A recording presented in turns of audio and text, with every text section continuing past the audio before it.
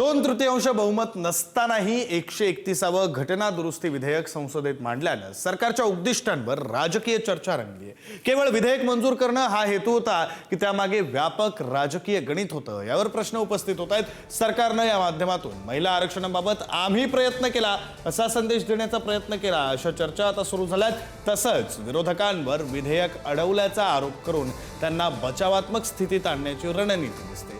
तामिळनाडू आणि पश्चिम बंगालमध्ये सर्व जागांवर मतदान बाकी आहे। अशातच विधेयक नामंजूर झाल्यानं महिला मतदारांना भावनिक आवाहन करता येईल अशी भाजप आणि एनडीएला आशा असेल, अशीही चर्चा आहे।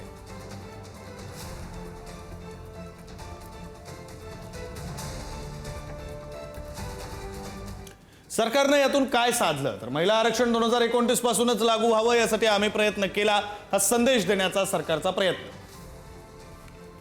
विरोधकांमुळे विधेयक अडकलं हा प्रचार करता येईल। विरोधकांना बॅकफूटवर ढकलण्याचा प्रयत्न। कोण समर्थनात कोण विरोधात हे जनतेसमोर उघड झालं। काँग्रेसची जुनी धोरणं महिला आरक्षणातील अडथळे मांडून महिला मतदारांना भावनिक जोडण्याचा प्रयत्न। सगळं श्रेय तुम्ही घ्या, कोरा चेक देतो असं विरोधकांना सांगून निस्वार्थ प्रतिमा। विरोधी आघाडीमध्ये मतभेद निर्माण होतात का याची चाचपणी। विरोधकांची एकजूट कमकुवत करण्याचा छोटा प्रयत्न। विधेयक मांडल्यानं ते अधिकृत नोंदीत येतं, भविष्यात त्यावर पुन्हा चर्चा होते। तामिळनाडू पश्चिम बंगालमधील निवडणुकीमध्ये फायदा होईल अशी आशा सरकारला लागून असेल।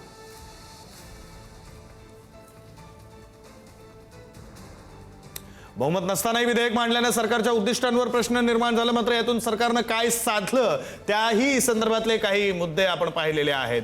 बहुमत नसताना हे विधेयक मांडलं, हे विधेयक पडलं, मात्र त्यातूनही सरकारनं काही गोष्टी साधलेल्या आहेत। मग त्या साधणं हेच अपेक्षित होतं का? विधेयक मंजूर होणार नाही, बहुमत नाही, 2/3 बहुमत नाही हे सरकारला ठाऊक होतं, मात्र ज्या गोष्टी साध्य झाल्या त्याच साधायच्या होत्या आणि म्हणूनच विधेयक मांडलं गेलं का, अशीही चर्चा आता सुरू झालेली आहे। या संदर्भात बोलण्यासाठी आपले प्रतिनिधी शिवाजी काळे आपल्यासोबत जोडले गेलेले आहेत। शिवाजी, या संदर्भातले अधिकचे तपशील देतील, सविस्तर बोलतील। शिवाजी,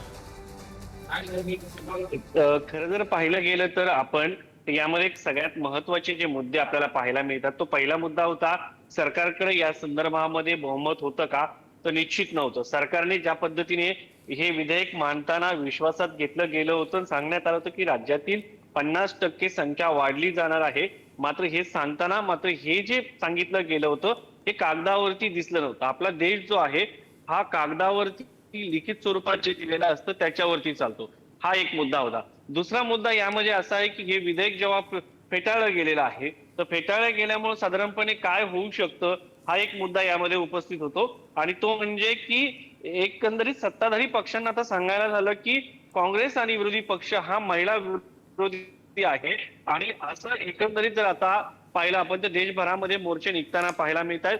काँग्रेस कशा पद्धतीने महिला विरोधी आहे अशी माहिती जी आहे किंवा असा आरोप जो आहे तो आता भाजपकडनं केला जात आहे। मात्र 2023चं जे महिला आरक्षण विधेयक आहे ते सध्या पास झालेलं आहे, त्याचं कायद्यात रूपांतर झालेलं आहे। सरकारला आता आगामी काळामध्ये जी जातनिहाय जनगणना आहे ती पूर्ण करायची आहे, आणि ही जनगणना पूर्ण झाल्यानंतर त्या लोकसंख्येच्या नुसार परिसीमन करून नव्यानं आरक्षण परिसीमन केल्यानंतर या महिलांना आरक्षण द्यायचं आहे। त्यासाठी आता सरकारने लवकरात लवकर जनगणना करणं, परिसीमन करणं आणि हे आरक्षण देणं 2029 पर्यंत जवळजवळ अशक्य आहे। मात्र मोदी हे तर मुमकिन है, मोदी काही करू शकतात हे जे आपण म्हणतो, त्यामुळं मोदी सरकार तंत्रज्ञानाचा वापर करून हे करू शकतं। मात्र मागचं जे परिसीमन झालं होतं त्याच्यामध्ये साधारण 5 ते 7 वर्ष परिसीमनाला लागले होते जनगणना झाल्यानंतर। आता जर पाहिलं गेलं तर 2001च्या जनगणनेनंतर परिसीमन 2002 ला करण्यात आलं होतं, त्याच्यानंतर मतदारसंघाची पुनर्रचना झाली। आता ही पुनर्रचना करताना सरकारला काही मुद्दे महत्वाचे समोर घ्यावे लागतील, त्यामध्ये दक्षिणेतील राज्यांना विश्वासात घेणं अपेक्षित आहे। सरकारने राज्यांची जी सदस्य संख्या आहे ती फक्त ओरली सांगितली होती, सभागृहातही ओरली सांगत होते, मात्र ती कागदावरती दिली असती तर कुठेतरी याचा इम्पॅक्ट अधिक झाला असता।